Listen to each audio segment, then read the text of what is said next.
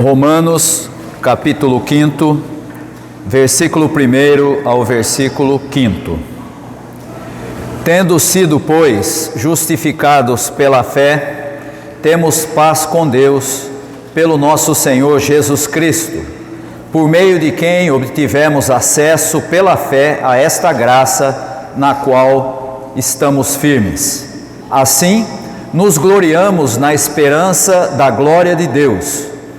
Não só isso, mas também nos gloriamos nas tribulações, porque sabemos que a tribulação produz perseverança, e a perseverança um caráter aprovado, o caráter aprovado, esperança. Essa esperança não nos decepciona, porque o amor de Deus foi derramado no nosso coração por meio do Espírito Santo que Ele nos deu. Nós estamos hoje comemorando o chamado Domingo da Trindade no nosso calendário litúrgico. Hoje celebra-se o Domingo da Trindade.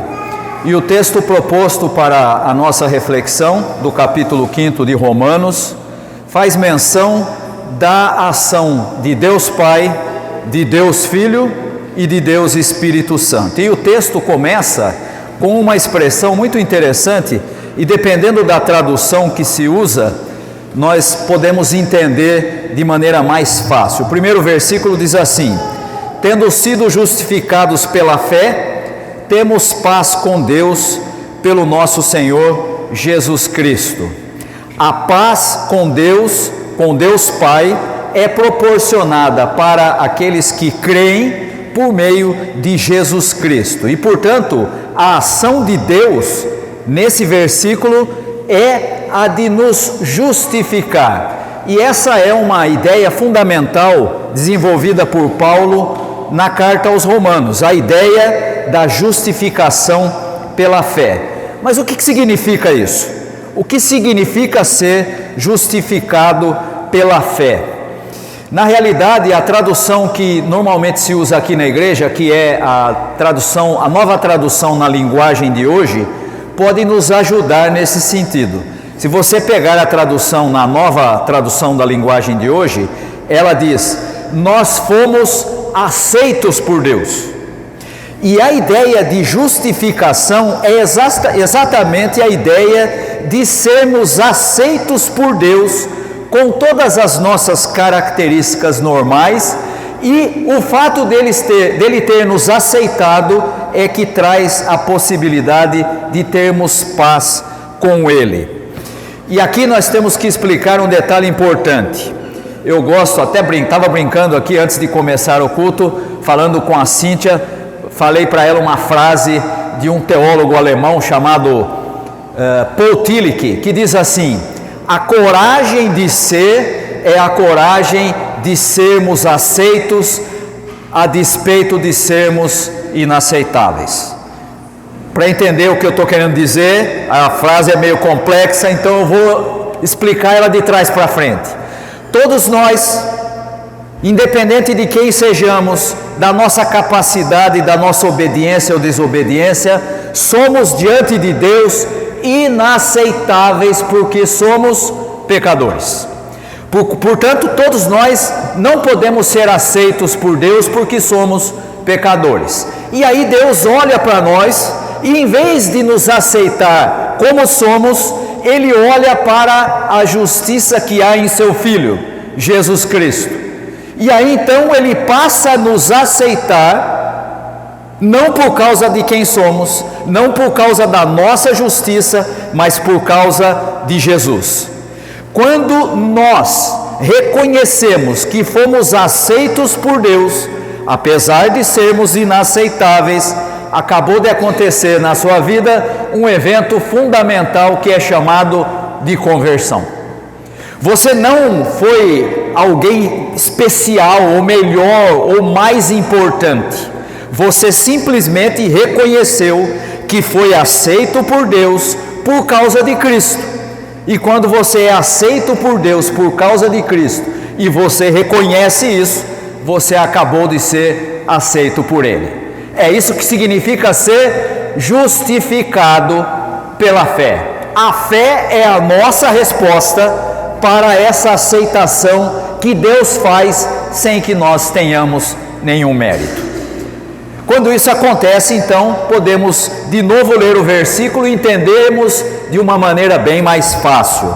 Nós fomos aceitos por Deus e por causa disso temos paz com Ele pelo nosso Senhor Jesus Cristo. Jesus é quem torna possível a nossa paz com Deus Pai.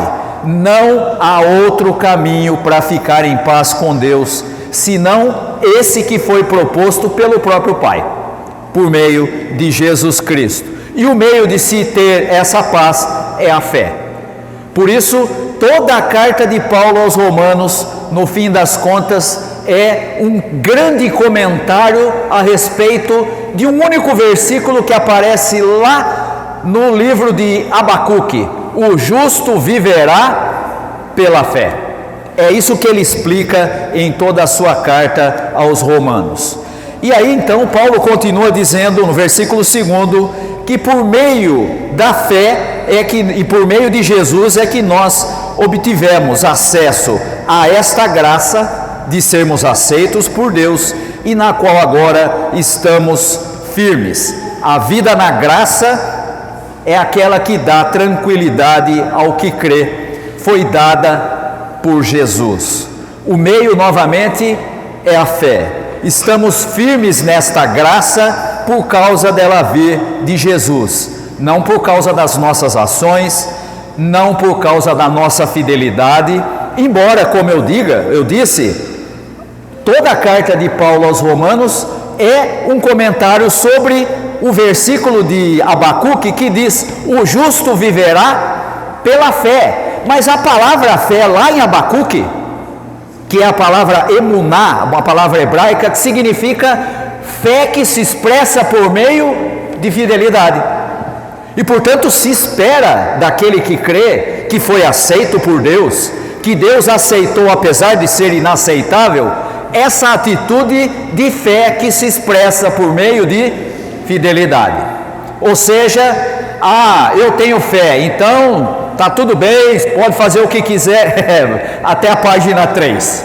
Na verdade, nós devemos a Deus a fidelidade por causa da sua graça que foi dada por meio de Jesus Cristo. E aí então Paulo diz no versículo 3 que a esperança de participar da glória de Deus deve nos alegrar, principalmente por sabermos que nós não temos nenhum mérito para receber essa participação na glória de Deus. E aí então, nos versículos 3 até o versículo 5, Paulo explica algo que é até hoje discutido em praticamente toda a comunidade cristã. Se Deus é bom, se Deus nos aceitou, se nós fazemos parte da sua família e se nós fazemos parte do povo que pertence a Ele, por que é que Ele permite que a gente enfrente problema, dificuldade, sofrimento? Por que que a vida do que crê não é, para usar a expressão popular, um mar de rosas? Por que que a gente sofre? Por que que nós enfrentamos problemas? E aí então Paulo começa a explicar que como essa vida vem de Deus, ela traz todo tipo de situação, e isso vale tanto para o que crê, quanto para o que não crê. A realidade do ser humano está marcada por todo tipo de situação, por causa da sua condição de pecado. Portanto, praticamente em todo o tempo, nós estamos em luta entre quem devíamos ser, a imagem de Jesus, semelhante a Ele, e quem nós somos com o nosso velho homem, que está sempre nos puxando para que a gente viva de maneira contrária a Deus. Essa realidade acaba sempre trazendo para a nossa vida, assim como traz para a vida de todas as pessoas, uma realidade de sofrimento. E por quê? E aí Paulo vai fazer uma afirmação que parece muito estranha. Ele diz assim: nos alegramos no sofrimento. Como é que é? Como assim? Quem que fica alegre quando sofre? Eu nunca vi ninguém que falasse assim: ah, eu gosto tanto quando eu tenho uma dorzinha qualquer. Não faz o menor sentido. Mas por que Paulo fala: nos alegramos no sofrimento? É claro que aqui Paulo primeiro está se referindo à sua própria condição de alguém que se alegra por sofrer por causa do Evangelho, que é o que vai acontecer com ele. Paulo vai ser perseguido por causa do Evangelho, vai ser preso e acaba sendo morto por causa do Evangelho. Mas como é que ele então vem e diz: também nos alegramos no sofrimento? Da mesma maneira que Jesus, que é o modelo para todos nós, sofreu, o seguidor de Jesus não está alheio e nem preservado de enfrentar ou de passar ileso por sofrimento. Se o mestre sofreu, por que os seus seguidores teriam que ter uma vida tranquila, sem nenhuma dificuldade? Se o próprio Filho de Deus sofreu, por que o que crê nele teria uma vida sem sofrimento? Mas aí então Paulo vai explicar que esse sofrimento não é gratuito, ele tem uma função, ele tem um objetivo. E aí ele diz: o sofrimento produz paciência. O sofrimento produz paciência, ou seja, a capacidade de saber, naquele que crê, que essa realidade não é permanente. Se agora ele está sofrendo, isso não vai continuar. Deus vai agir de tal forma que nós vamos nos manter firme naquele momento de sofrimento e ele vai ser modificado. Em outras palavras, não existe sofrimento perene. Ah, você crê que então você vai sofrer o tempo todo? Não. Essa é a realidade. O sofrimento vem e vai. Ele vem, a gente aprende alguma coisa com ele e Deus nos livra dele. E aí ele produz, segundo Paulo, paciência. E a paciência é um elemento muito interessante, porque logo na sequência, Paulo diz que a paciência traz a aprovação de Deus. O sofrimento produz a paciência e a paciência produz a aprovação de Deus. A palavra usada aqui é muito interessante. É uma palavra grega que significa algo que foi submetido ao fogo. Pense no seguinte: imagine um cadinho, né? É um recipiente para tratar com ouro, para lidar com ouro. Você coloca o ouro ali dentro e você começa a esquentar o ouro. E ele vai se aquecendo e ele derrete. E quando isso acontece, todas as impurezas do ouro vêm para a superfície. E aí então o ourives limpa aquela impureza e o que fica é apenas o ouro puro. Esse é o significado dessa palavra aprovação de Deus. O sofrimento produz paciência e a paciência produz o quê? Essa aprovação de Deus. Tudo aquilo que nos separa de Deus vai sendo retirado da nossa vida para que fique apenas e tão somente aquilo que agrada a Deus. Sabe quando isso acontece? Quando a gente tem paciência. Eu gosto sempre de uma expressão. Eu lembro quando eu era garota, minha mãe tinha a mania de fazer pão, o chamado pão feito em casa. E você já viu como é que é criança, né? Ela fazia massa e aí ela colocava numa forma e vinha e colocava um pano em cima. E eu falava para ela: vai demorar para fazer esse negócio? Não vai ficar pronto esse pão? E ela dizia assim: tenha paciência, tem que esperar crescer. O fermento precisa fazer a função dele para crescer o pão, depois a gente assa.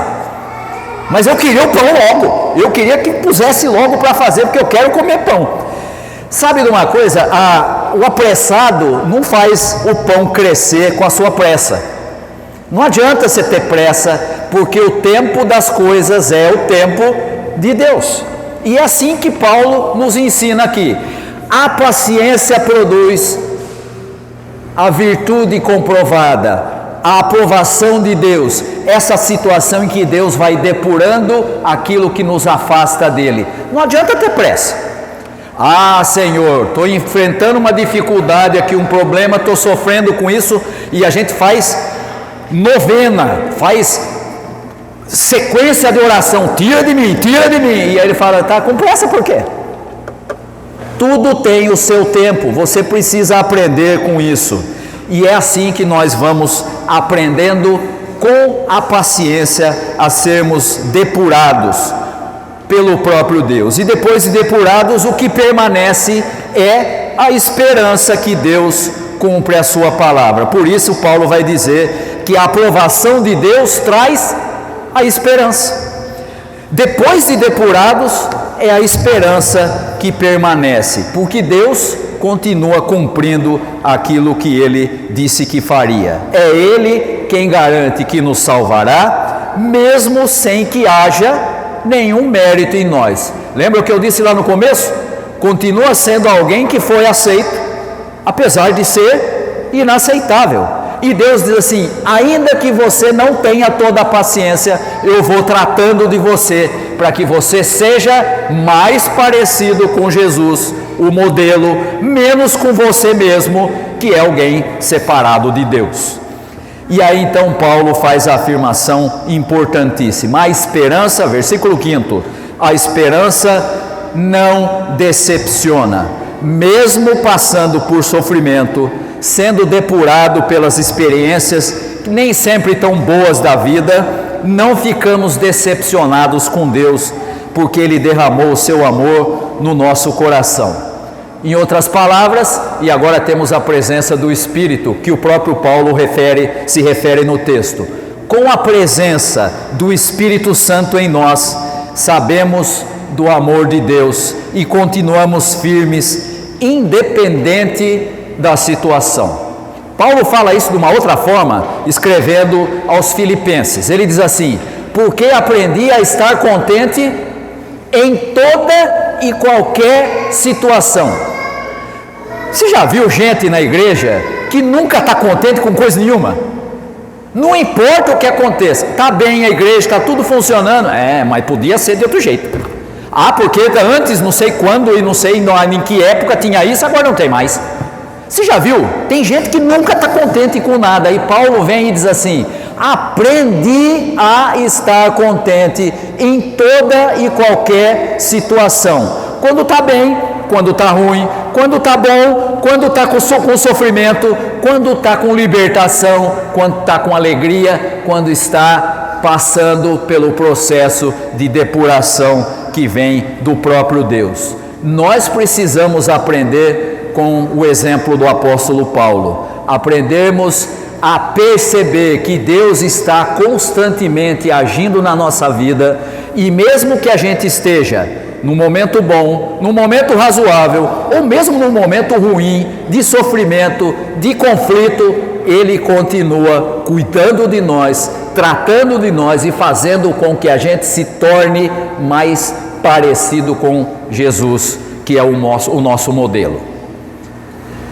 Pastor, gosto muito da ideia, mas dá para acabar com esse negócio de sofrimento? Dá não. Todos nós vamos passar, o mestre passou. E como é que vai ser na nossa vida? Exatamente da mesma maneira. E tudo isso começa, e agora o texto volta para a mesma ideia, com a mesma coisa: Deus nos aceitando. O Criador salvando a criatura por meio do amor, gerando nele a fé e criando nele a esperança. Ação de Deus Pai, ação de Deus Filho, ação de Deus Espírito, para que nós sejamos semelhantes a Jesus. Hoje, que celebramos o Domingo da Trindade, que possamos ter essa consciência de que Deus vai continuar trabalhando na nossa vida, para que a gente seja hoje melhor do que foi ontem, amanhã melhor do que a gente é hoje. Que Deus possa abençoar aos irmãos e às irmãs. Amém.